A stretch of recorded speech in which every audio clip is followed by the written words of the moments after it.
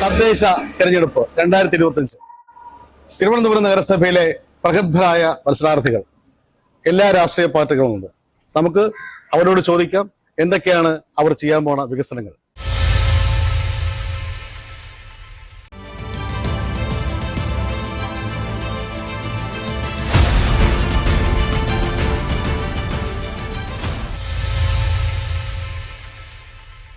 നമസ്കാരം.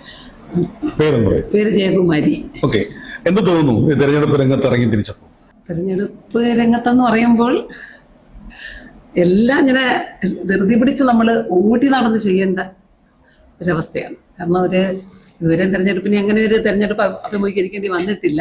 കോളേജ് പഠിക്കുന്ന സമയങ്ങളിൽ KSUവിന്റെ സജീവ പ്രവർത്തകയായി ഇലക്ഷനിൽ നിന്ന് ശരി നന്നായി തന്നെ. KSU കഴിഞ്ഞ് പിന്നെ വീട്ടമ്മയായില്ലേ? പിന്നെ വീട്ടമ്മയായി അധ്യാപികയാണ്. അപ്പം അതുകൊണ്ട് ആ അധ്യാപന ജീവിതത്തിൽ നിന്നും പെട്ടെന്നുള്ളൊരു മാറ്റമാണ് രാഷ്ട്രീയത്തിലേക്ക്. സർവീസിലുണ്ട്. സർവീസിലുണ്ട്. ഞാൻ കൊല്ലത്ത് ഫാത്തിമ മെമ്മോറിയൽ B.Ed ട്രെയിനിങ് കോളേജിലെ അസിസ്റ്റന്റ്. അപ്പൊ നമുക്ക് പെട്ടെന്ന് കാര്യത്തിലേക്ക് കിടക്കാം. വരുന്ന 5 വർഷക്കാലം മാഡം ജയിച്ച് കൗൺസിലർ ആവുകയാണെങ്കിൽ ഈ വാർഡിൽ ചെയ്യുന്ന പ്രധാനപ്പെട്ട 2-3 കാര്യങ്ങൾ ഒരു ടീച്ചറിന്റെ മനസ്സിലൊരു ആശയം കാണും. അതെന്തായിരിക്കും ആശയം? എനിക്ക് ഏറ്റവും കൂടുതൽ ബുദ്ധിമുട്ട് ഞാൻ കാണാനും കേൾക്കാനും കഴിഞ്ഞത് കുടിവെള്ള പ്രശ്നം വളരെ രൂക്ഷം. എന്നാ ചോദിക്കാൻ അത് ഇത്രയും കാലം എല്ലാവരും പറയുന്ന പ്രശ്നമല്ലേ, പക്ഷെ അത് ഏറ്റവും വലിയ ഒരു പ്രശ്നമായി എനിക്ക് അനുഭവപ്പെട്ടു. കാരണം വീട്ടമ്മമാർ പലരും കരയുന്ന അവസ്ഥ കണ്ടു. അതുപോലെ തന്നെ റോഡുകളുടെ ശോചനീയമായ അവസ്ഥ ചിലപ്പോൾ നന്നാക്കാൻ പറ്റുമായിരിക്കും, പക്ഷെ ഇപ്പൊ ആ റോഡുകൾ നന്നാക്കിയാൽ പോലും അവരനുഭവിക്കുന്ന, കാരണം ആ എയർഫോഴ്സിന്റെ ആ ഏരിയയിലൊക്കെ ഉള്ള മനുഷ്യരുടെ വിഷമങ്ങൾ എല്ലാം നമുക്ക് ചെയ്തു കൊടുക്കാൻ പറ്റും എന്ന് ഞാൻ അവകാശപ്പെടുന്നില്ല. എന്നാലും എന്നെ കൊണ്ട് പറ്റുന്ന തരത്തിൽ ഈ പാവപ്പെട്ടവരായ മനുഷ്യരുടെ പ്രശ്നങ്ങൾ, ഈ അറിഞ്ഞ പ്രശ്നങ്ങളെ പരിഹരിക്കാൻ എന്റെ കഴിവിന്റെ പരമാവധി ശ്രമിക്കണമെന്ന് എനിക്കൊരു ആഗ്രഹമുണ്ട്.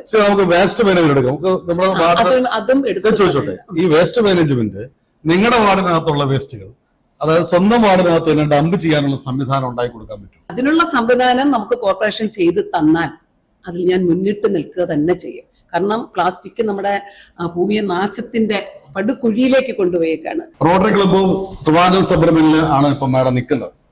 അപ്പൊ ഇവിടെ ഒത്തിരി ആളുകൾ ഇവിടെ കൂടിയിരിപ്പുണ്ട്. അതിൽ കൂടുതലും കോട്ടേഴ്സാണ്. അതിനുപരി ഈ പരിപാടി കണ്ടുകൊണ്ടിരിക്കുന്ന പതിനായിരക്കണക്കിന് ആൾക്കാരുണ്ടാവും. അപ്പൊ അവർക്ക് കൊടുക്കാൻ പറ്റുന്ന ഏതെങ്കിലും ഒരു വാഗ്ദാനം വ്യക്തമായിട്ട് പറയാമോ? വാഗ്ദാനങ്ങൾ വെറുതെ നമ്മൾ കൊടുത്തിട്ട് കാര്യമില്ല. അതാണ് നമ്മൾ ഏറ്റവും ശ്രദ്ധിക്കുന്നത്. വാഗ്ദാനങ്ങൾ കൊടുക്കാൻ എല്ലാവരും കാണും, പക്ഷെ നടപ്പിലാക്കാനാണ് ആർക്കും പറ്റാത്തത്. അതുകൊണ്ട് മുൻകൂട്ടി ഞാൻ ഇന്നത് ചെയ്തു തരാം എന്നൊരു വാഗ്ദാനം ഞാൻ ചെയ്യില്ല.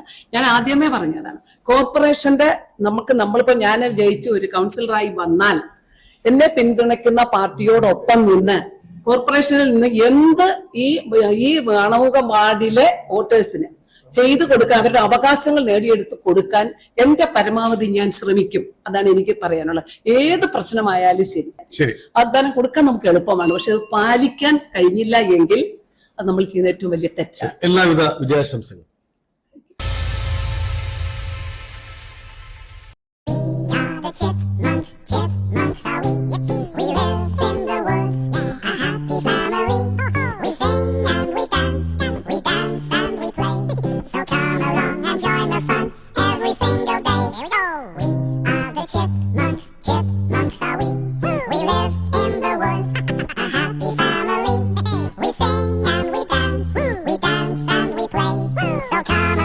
Join